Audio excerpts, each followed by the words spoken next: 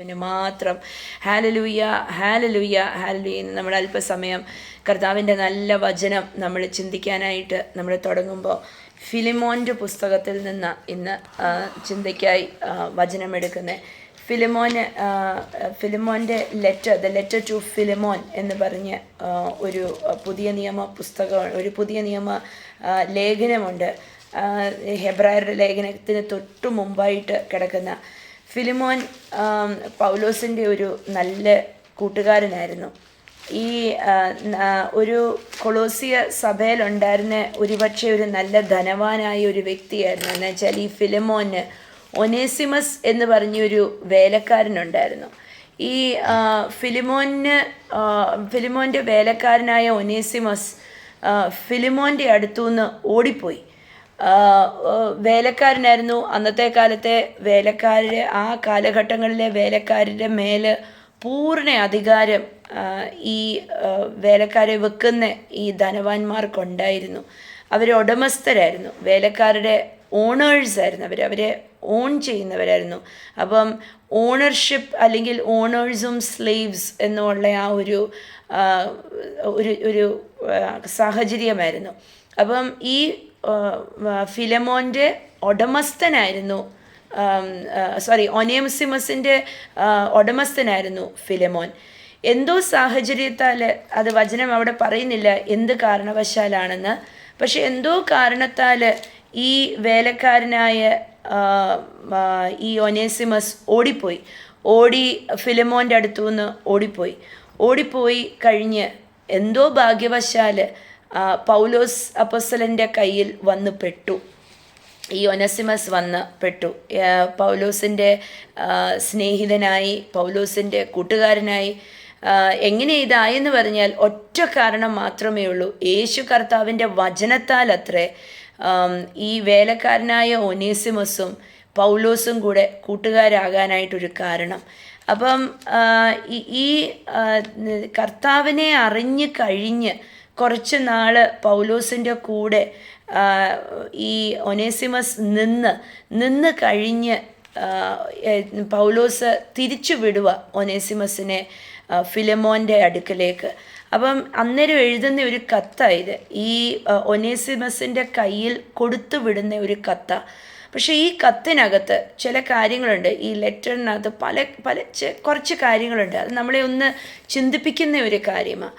ഒന്ന് രണ്ട് കാര്യങ്ങൾ എന്നെ വളരെയധികം ചിന്തിപ്പിച്ച ഒരു കാര്യമാണ്.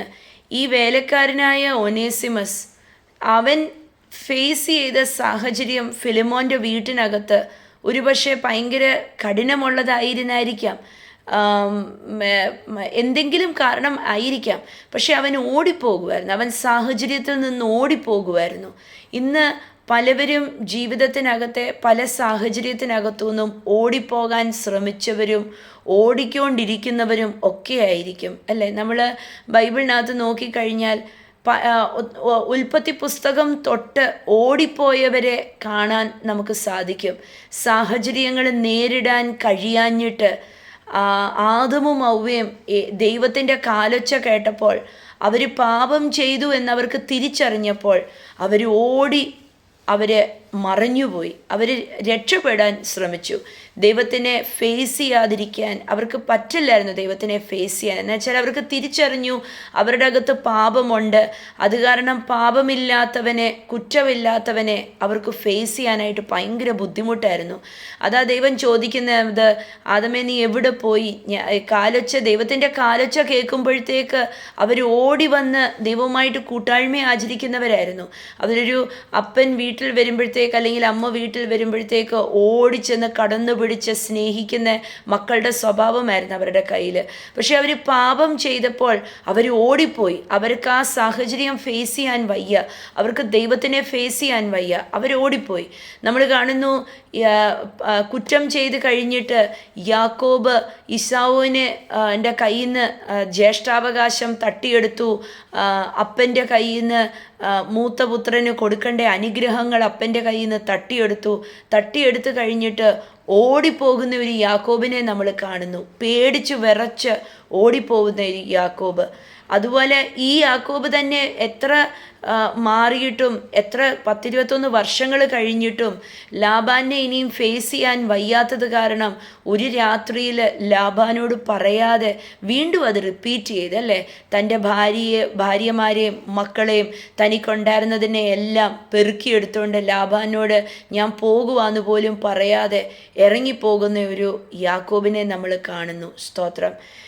അതൊക്കെ അവിടെ കഴിയട്ടെ, യേശു കർത്താവിൻ്റെ കൂടെ വസിച്ച് യേശുവിൻ്റെ കയ്യിൽ നിന്ന് ഭക്ഷണവും കഴിച്ച്, ഒരു പാത്രത്തിൽ നിന്ന് കഴിച്ച്, ഒരിക്കലും നിന്നെ വിട്ടേച്ച് ഞങ്ങൾ പോകത്തില്ല, നീ അല്ലാതെ ഞങ്ങൾക്ക് വേറെ ഒരു വഴിയില്ല കർത്താവേ എന്നൊക്കെ പറഞ്ഞ ശിഷ്യന്മാർ കാൽവരി ക്രൂശിൻ്റെ അനുഭവത്തിലേക്ക് യേശു വന്ന് ഗെത്സമനിത്തോട്ടത്തിൽ യേശുവിനെ പിടിക്കാനായിട്ട് പട്ടാളക്കാർ വരുമ്പോഴത്തേക്ക് യേശു കർത്താവിനെ ഇട്ടേച്ചു പോകുന്ന ഒരു കൂട്ടം ആൾക്കാരെ നമ്മൾ കാണുന്നല്ലേ.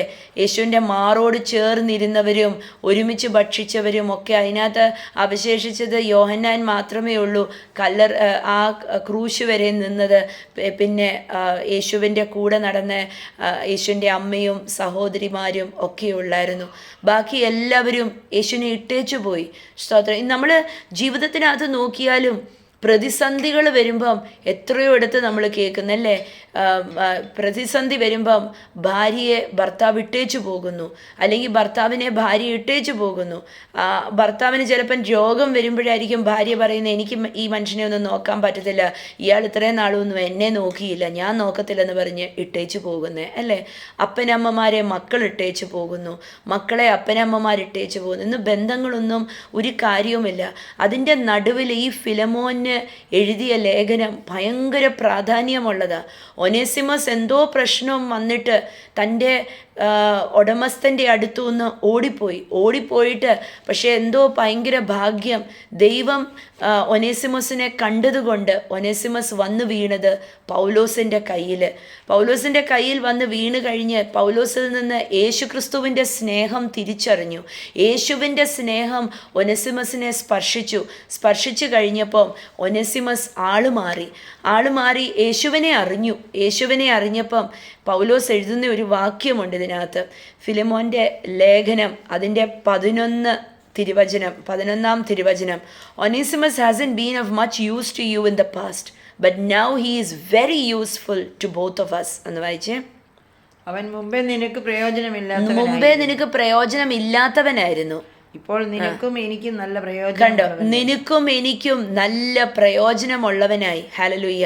അതിൻ്റെ തൊട്ടു മുമ്പ് 10-ാം തിരുവചനത്തിനകത്ത് പൗലോസ് അപ്പോസ്തലൻ ഫിലിമോനോട് അപേക്ഷിക്കുക, ഞാൻ ഒനേസിമസിൻ്റെ പിതാവായി ഈ ജയിലിനകത്ത്, എന്നിട്ട് ഞാൻ നിന്നോട് അപേക്ഷിക്കുക ഫിലമോനെ, നീ ഒന്ന് അവനോട് കരുണ കാണിക്കണമെന്ന്. ഹല്ലേലൂയ.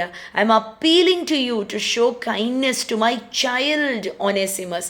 കണ്ടോ, എൻ്റെ പുത്രനായ ഒനേസിമസിനോട് ഫിലിമോനെ നീ ഒന്ന് കരുണ കാണിക്കണം എന്ന് പറയുക. സ്തോത്രം. അപ്പം ചിലപ്പം കരുണയില്ലാഞ്ഞ് എന്തെങ്കിലും അവസ്ഥ വന്നു കാണും.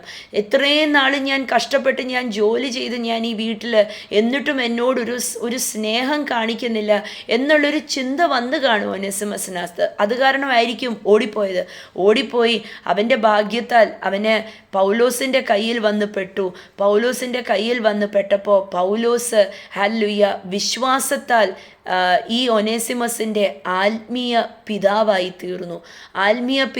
തീർന്നപ്പം അവിടെ സ്നേഹം കൊടുത്തു. ഇത് നമ്മളോടും ഓരോരുത്തരോടും യേശുവിനെ അറിഞ്ഞത് കാരണം മറ്റുള്ളവരോട് സ്നേഹവും മനസ്സലിവും കരുണയും ഒക്കെ കാണിക്കാനാണ് നമ്മളെയും വിളിച്ചിരിക്കുന്നത്. ഇത് കിട്ടാതിരുന്ന ഒനേസിമസിന് ഇത് കിട്ടിയപ്പോൾ കണ്ടോ, പൂർണ്ണമായി മാറ്റം സംഭവിച്ചിട്ട് വചനം എഴുതി വെച്ചിരിക്കുക, പൗലോസ് എഴുതി വെച്ചിരിക്കുക. അവൻ്റെ പഴയ ജീവിതത്തിനകത്ത് അവൻ ഒന്നിനും കൊള്ളത്തില്ലായിരുന്നു. അവന് ചിലപ്പം മിടുക്കനായിട്ട് അവൻ ജോലി ചെയ്യാമായിരുന്നായിരിക്കും, അവൻ നിൻ്റെ വീട്ടിൽ നല്ല ജോലിക്കാരനായിരുന്നായിരിക്കും, പക്ഷെ അവൻ തൊടുന്നതൊന്നും അനുഗ്രഹമല്ലായിരുന്നു. അവൻ എന്തെങ്കിലുമൊക്കെ ആരംഭിച്ചാൽ അത് പൂർത്തിയാകത്തില്ലായിരുന്നു. അവൻ എന്തെങ്കിലുമൊക്കെ ആരംഭിച്ചാൽ അത് നഷ്ടമായി തീരുമായിരുന്നായിരിക്കും. പക്ഷേ ഇന്ന് അവൻ എനിക്കും നിനക്കും അവൻ പ്രയോജനമുള്ളതായി. ഞാൻ പറയട്ടെ, യേശുവിൽ ഒരുവൻ വന്നാൽ അവൻ പ്രയോജനമുള്ളവനായി ഉള്ളവനായി തീരും. ഹാലലുയ്യ. ഇന്നൊന്ന് പറഞ്ഞേ, പ്രയോജനം. സ്തോത്രം. ഹാലലുയ്യ. പലവരുടെയും ജീവിതത്തിനകത്ത് അവർ പലതിനകത്തും പ്രയോജനപ്പെടാതെ പോകുന്നവര്. നമ്മൾ ജോസഫിനെ കുറിച്ച് വായിക്കുന്നുണ്ട്. ജോസഫ് തൊടുന്നതെല്ലാം അനുഗ്രഹമായിരുന്നു. ഇത് ഫെറവോൻ തിരിച്ചറിഞ്ഞു. ഹാലലുയ്യ. അതുകൊണ്ടാണ് ഫെറവോൻ ജോസഫിൻ്റെ കയ്യിൽ ഭാര്യയെ ഒഴിച്ച് ബാക്കിയെല്ലാം ഏൽപ്പിച്ചതായി നമ്മൾ വായിക്കുന്നുണ്ട് അല്ലേ. അപ്പം ഈ ജോസഫ് എങ്ങനെയാണ് അനുഗ്രഹമായത്? യേശു കൂടെയുള്ളത് കാരണം. ദാനിയേൽ ആ രാജാവിൻ്റെ കൊട്ടാരത്തിൽ പ്രയോജനമുള്ളവനായത് എന്താന്ന് വെച്ചാൽ ദൈവം അവൻ്റെ കൂടെ ഉണ്ടായിരുന്നു, ദാനിയേലിൻ്റെ കൂടെ ഉണ്ടായിരുന്നു. ഇന്ന് പൗലോസ് പറയുക, അവൻ യേശുവിനെ അറിഞ്ഞു. യേശുവിനെ അറിഞ്ഞതുകൊണ്ട് അവൻ പ്രയോജനമുള്ളവനായി. അവൻ നിനക്കും എനിക്കും പ്രയോജനം ഉള്ളവനായി. അതുകൊണ്ട് അവൻ്റെ ട്രെയിനിങ് കഴിഞ്ഞു. അവൻ യേശു കർത്താവിൽ അവൻ വിശ്വാസിയായി. ഹല്ലേലൂയ. അവൻ വിശ്വാസമുള്ളവനായപ്പോൾ, യേശുവിൽ വിശ്വസിക്കാൻ തുടങ്ങിയപ്പോൾ അവൻ പ്രയോജനമുള്ളവനായി. ഇനിയും ഹല്ലേലൂയ, ഞാൻ ഇനി അവനെ നിന്റെ കയ്യിലേക്ക് മടക്കി വിടുക ഫിലമോനെ. ഈ ഒനേസിമസിനെ ഞാൻ പ്രയോജനമുള്ളവനായി ഞാൻ നിന്റെ കയ്യിലേക്ക് മടക്കി വിടുക. കണ്ടോ, യേശുവിൽ വന്നപ്പം അവൻ ഗുണമുള്ളവനായി, പ്രയോജനമുള്ളവനായി. അവനെ ഞാൻ പറഞ്ഞു വിടുന്നതിനോടൊപ്പം ഒരു അപ്പൻ മകനെ സ്നേഹിക്കുന്നത് പോലെ ഞാൻ അവനെ സ്നേഹിച്ചത് കൊണ്ട് എൻ്റെ ഹൃദയം കൂടെ അവൻ്റെ കൂടെ ഞാൻ പറഞ്ഞു വിടുക. എന്നിട്ട് അടുത്ത പാരഗ്രാഫിൽ 13 തൊട്ട് 16 ഒരു കാര്യം അവിടെ എഴുതി വെച്ച്, അതിൻ്റെ 15-ാം തിരുവചനത്തിനകത്ത് എഴുതി വെച്ചിരിക്കുക. ഫിലമോൻ വേഴ്സ് നമ്പർ 15, ഫിലമോൻ്റെ ലേഖനം 15-ാം തിരുവചനം. It seems you lost Onesimus for a little while so that you could have him back forever എന്ന് വായിച്ചേ. അവൻ അല്പകാലം വേറിട്ട് പോയത് അവനെ സദാകാലത്തേക്കും നിനക്ക് തിരിച്ചു കിട്ടേണ്ടതിനായിരിക്കും. ആമേൻ. ഇന്ന് ചിലവരൊക്കെ പറയുന്നുണ്ടോ, ചിലതിനെയൊക്കെ നഷ്ടപ്പെട്ട വിധത്തിലുള്ള ജീവിതമാണ്. ചില മക്കൾക്ക് വേണ്ടി, അല്ലെങ്കിൽ ഭർത്താവിന് വേണ്ടി, ഭാര്യയ്ക്ക് വേണ്ടി, അപ്പന് വേണ്ടി, അമ്മയ്ക്ക് വേണ്ടിയൊക്കെ പ്രാർത്ഥിക്കുമ്പോൾ നിങ്ങളുടെ അകത്ത് എവിടെയെങ്കിലും ചിന്ത വന്നിട്ടുണ്ടോ, ഇവർക്ക് വേണ്ടി പ്രാർത്ഥിച്ചിട്ട് ഒരു പ്രയോജനവും കാണുന്നില്ല, ഇവർക്ക് വേണ്ടി പ്രാർത്ഥിക്കുമ്പോൾ ഇവർ ഒന്നും കൂടെ കൂടുതൽ വഷളായിക്കൊണ്ടിരിക്കുക, അല്ലെങ്കിൽ ഒന്നും കൂടെ കൂടുതൽ വിഷയത്തിനകത്തായിക്കൊണ്ടിരിക്കുക. അതേപോലെ ആയിരുന്നു ഈ ഒനസിമസിന് വേണ്ടി എത്ര ഫിലമോൻ ചെയ്തിട്ടും, എത്ര നല്ല വീട്ടിലാണ് നിന്നെങ്കിലും, എത്ര സ്നേഹം കാണിച്ചെങ്കിലും അവൻ കുറച്ചു നാളത്തേക്ക് അവൻ നഷ്ടപ്പെട്ടു പോയി. അവൻ വീട്ടിൽ നിന്ന് ഓടിപ്പോയി. അവൻ്റെ ഉടമസ്ഥൻ്റെ ക്കലൂന്ന് അവൻ ഓടിപ്പോയി. അവനെ നഷ്ടപ്പെട്ടു കുറച്ച് നാളത്തേക്ക്. പക്ഷെ നഷ്ടപ്പെട്ടത് അവനെ ഗുണത്തോടെ തിരിച്ചു കിട്ടാൻ വേണ്ടിയാ. 2 ആൺമക്കളുണ്ടായിരുന്നു ഒരു അപ്പന്. അതിനകത്ത് ഇളവൻ വന്നിട്ട് അപ്പനോട് പറഞ്ഞു, അപ്പ എനിക്കുള്ള അവകാശം മൊത്തം ഇങ്ങ് തന്നേ. എല്ലാം മേടിച്ചുകൊണ്ട് അവൻ പോയി. അവനെ നഷ്ടപ്പെട്ടു പോയി അപ്പന്. കുറച്ച് നാളത്തേക്ക് അവൻ്റെ വിവരങ്ങളൊന്നുമില്ലായിരുന്നു. അവൻ ഗുണം പിടിക്കാത്തവനായി അവൻ ജീവിക്കുമായിരുന്നു. അവൻ മൃഗങ്ങൾക്ക് കൊടുത്തതുവരെയും അവൻ തിന്നാമെന്നോർത്ത് അവൻ്റെ വഴി പിഴച്ചതായിരുന്നു. അവന് ആ നഷ്ടപ്പെട്ടു പോയെടുത്ത് അവൻ വഴി പിഴച്ച ജീവിതത്തിനകത്തായിരുന്നു. അവൻ കൈവിട്ടുപോയി. എത്ര അവൻ്റെ അപ്പൻ പ്രാർത്ഥിച്ചിട്ടും അവൻ മടങ്ങി വരാതെ വണ്ണം അവൻ എവിടോ നശിച്ച വിധത്തിൽ അവൻ ജീവിക്കുമായിരുന്നു. ഇന്ന് പലവരുടെയും ജീവിതത്തിൽ അങ്ങനത്തെ ആൾക്കാർ കാണും അല്ലേ. എത്ര പ്രാർത്ഥിച്ചിട്ടും, എത്ര അവർക്ക് വേണ്ടി ഉപവസിച്ചിട്ടും അവർ പഴയ സ്വഭാവത്തിനെക്കാട്ടിലും മോശമായ സ്വഭാവത്തിനകത്തേക്ക് അവർ കയറിപ്പോകുന്നവർ കാണും.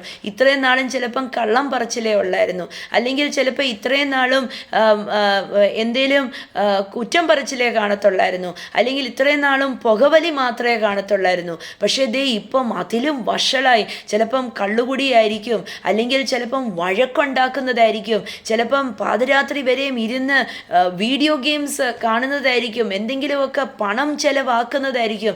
പഴയതിനെക്കാട്ടിലും മോശമായ സ്വഭാവത്തിൽ ഇപ്പം വന്ന് നിൽക്കുക, നഷ്ടപ്പെട്ട വിധത്തിൽ നിൽക്കുക.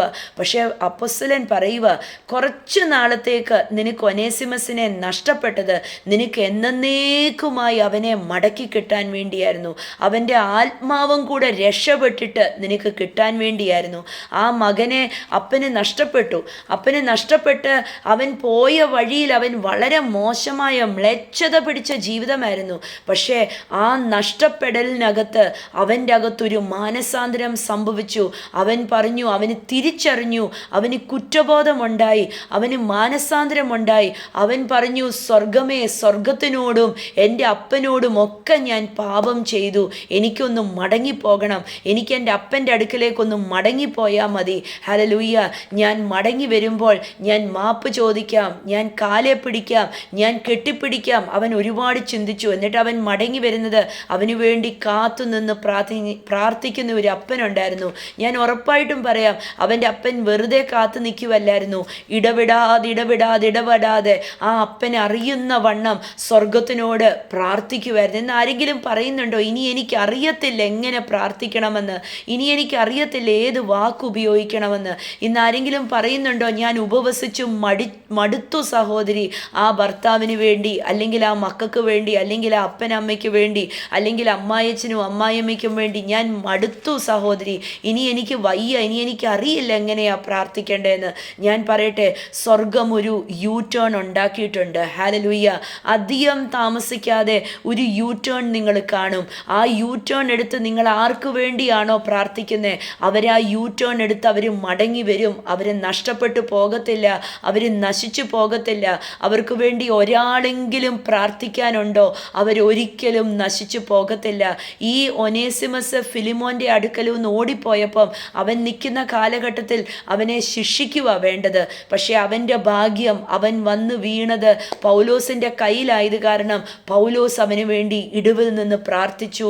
അവൻ മാനസാന്തരപ്പെട്ടു, അവനൊരു പുതിയ സൃഷ്ടിയായി. എന്നിട്ട് പൗലോസ് എഴുതുക, അല്പകാലം നിനക്ക് വേണ്ടി അവൻ നഷ്ടപ്പെട്ടത് അവൻ നല്ലതാകാൻ വേണ്ടിയായി. നിന്നൊന്ന് പറഞ്ഞേ, എൻ്റെ ജീവിതത്തിൽ ചിലവരൊക്കെ നഷ്ടപ്പെട്ട വിധത്തിലാണ് ജീവിക്കുന്നത്, പക്ഷേ അവരൊക്കെ നല്ലതാകും. അവർക്കൊക്കെ ഒരു മടങ്ങി വരവുണ്ട്. ഹല്ലേലൂയ. ദൈവം ചെയ്യുന്നത് ഭയങ്കര അത്ഭുതമായ കാര്യമല്ലേ? എവിടുന്നൂന്ന് ഒനേസിമസ് ഓടിപ്പോയോ അവിടേക്ക് അവൻ മടങ്ങി വരുക. എന്തിനാ? അവനെ ഹല്ലേലൂയ ഒരു വ്യത്യാസമായ ഒരു സൃഷ്ടിയാക്കി ദൈവത്തിന് അവനെ കാണിക്കണം. അവനെ മടക്കിക്കൊണ്ടിരുന്നത്, അവൻ എവിടെ തോറ്റുപോയോ അവനെ അവിടെ ഉയർത്തിപ്പിടിക്കണം. അതിനുവേണ്ടിയാ ആ മകൻ അപ്പൻ്റെ അടുക്കൽ നിന്ന് മുതലെടുത്തോണ്ട് പോയി അവൻ നശിച്ച വിധത്തിൽ അവൻ ജീവിച്ചിട്ട് അവനെ മടക്കിക്കൊണ്ടെന്നു. എന്തിനാ അവനെ ദൈവം മടക്കിക്കൊണ്ടെന്ന് അവൻ്റെ അപ്പൻ്റെ വീട്ടിൽ?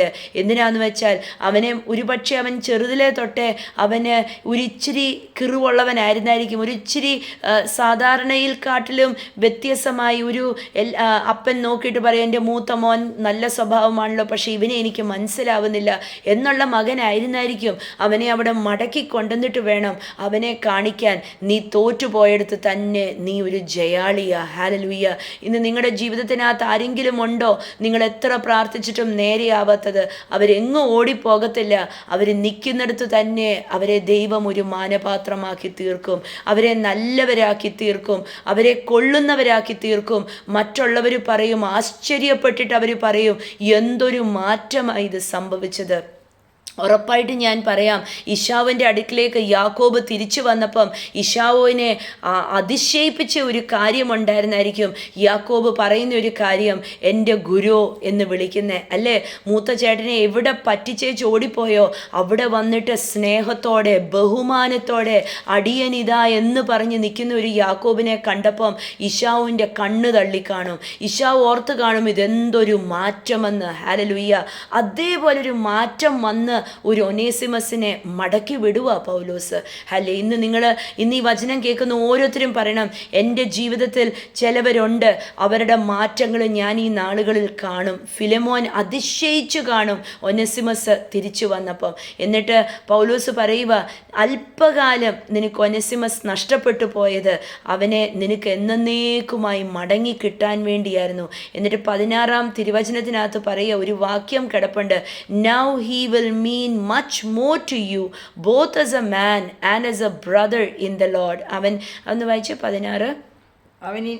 അവൻ ഇനി അടിമയായിട്ടല്ല, അതിലുപരി പ്രിയ സഹോദരനായി തന്നെ. അതിന്റെ അടുത്ത വാക്യം, വിശേഷാൽ എനിക്ക് പ്രിയനെങ്കിൽ, അവൻ വിശേഷാൽ എനിക്ക് പ്രിയനെങ്കിൽ നിനക്ക് ജഡസംബന്ധമായും കർത്തൃസംബന്ധമായും എത്രയധികം പ്രിയപ്പെട്ട. ആമേൻ. നിനക്ക് ജഡസംബന്ധമായും കർത്തൃസംബന്ധമായും നിനക്ക് എത്രയോ അധികം പ്രിയപ്പെട്ടവൻ. ഹല്ലേലൂയ. അവൻ നേരത്തെ ഒരു സ്ഥാനത്തിലായിരുന്നു, പക്ഷെ ഇന്ന് അവൻ കർത്താവിനെ അറിഞ്ഞു. കർത്താവിനെ അറിഞ്ഞതുകൊണ്ട് ഇനി അവൻ അതിലും ശ്രേഷ്ഠമായി നിനക്ക് ആയി തീരുക. സ്തോത്രം. ഹല്ലേലൂയ. അവൻ നഷ്ടപ്പെട്ടു പോയതാ, പക്ഷെ അവൻ ക്രിസ്തുവിൽ വന്നപ്പോൾ അവൻ ഗുണമുള്ളതായി. ഇന്ന് നിങ്ങളുടെയൊക്കെ വീടുകൾക്കകത്ത്, ഇന്ന് ഈ വചനം കേൾക്കുന്ന ഓരോരുത്തരുടെയും വീടുകൾക്കകത്ത് പലവരും കാണും നഷ്ടപ്പെട്ട ജീവിതമായിരിക്കും. പക്ഷെ അവർ ക്രിസ്തുവിനെ കണ്ടുമുട്ടുമ്പോൾ അവർ വിലയുള്ളവരായി തീരും, അവർ ഗുണമുള്ളവരായി തീരും, അവർ പഴയതിലും ശ്രേഷ്ഠമായി തീരും, അവർ പഴയതിലും ഹല്ലേലൂയ അത്ഭുതങ്ങളായി തീരും. സ്തോത്രം.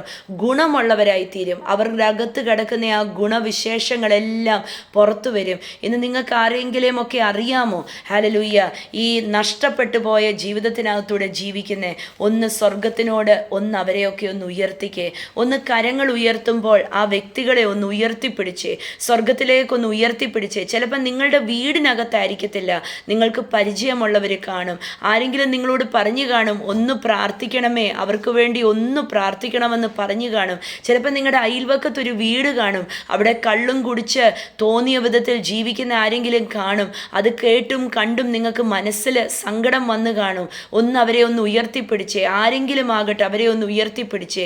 ഇന്നൊന്ന് പറഞ്ഞേ, കർത്താവേ അവരൊന്ന് കർത്താവിലേക്കൊന്ന് വരാൻ ഞാൻ പ്രാർത്ഥിക്കുക. അവരെ യേശുവിനെ ഒന്ന് അറിഞ്ഞാൽ അവർ ഭയങ്കര അത്ഭുതമായി തീരും. എങ്ങനെ ഒനേസിമസ് പ്രയോജനമുള്ളവരായി തീരുന്നോ ഹല്ലേലൂയ, അതേപോലെ ഈ വ്യക്തികളും പ്രയോജനമുള്ളവരായി തീരും. കർത്താവെ ഞങ്ങൾ സമർപ്പിക്കുന്നു ആ വ്യക്തിയെ അങ്ങയുടെ കരങ്ങളിൽ, അല്ലെങ്കിൽ ആ വ്യക്തികളെ അങ്ങയുടെ കരങ്ങളിലേക്ക് സമർപ്പിക്കുന്നു.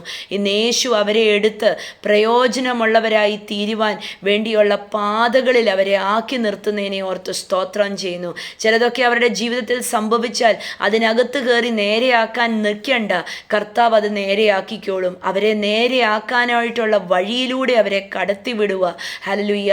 കർത്താവ് അതിനകത്ത് നോവിക്കത്തില്ല, ഭാരപ്പെടുത്തത്തില്ല, നല്ല മുത്താക്കി എടുക്കും. കർത്താവ് അനുഗ്രഹിക്കട്ടെ, ഈ വചനത്താൽ നിറയ്ക്കട്ടെ, വിടുതൽ അനുഭവിക്കാൻ സാധ്യമാകട്ടെ. ഈ ദിവസങ്ങളിൽ ചില വീടുകൾക്കകത്ത് കിടക്കുന്ന ചിലവർ പണ്ടത്തേതിനെക്കാട്ടിലും ഇപ്പം വളരെ മോശമായവർ, കർത്താവ് അവരെയൊക്കെ ഇന്ന് മാനസാന്തരപ്പെടുത്തി പുതിയ സൃഷ്ടികളാക്കി ഹല്ലേലൂയ പ്രയോജനമില്ലാത്തവരെ പ്രയോജനമുള്ളവരാക്കി തീർക്കുന്ന നാളുകളായിരിക്കുന്നതിനായി സ്തോത്രം. കർത്താവ് അനുഗ്രഹിക്കട്ടെ, യേശുവിൻ നാമത്തിൽ തന്നെ. ആമേൻ.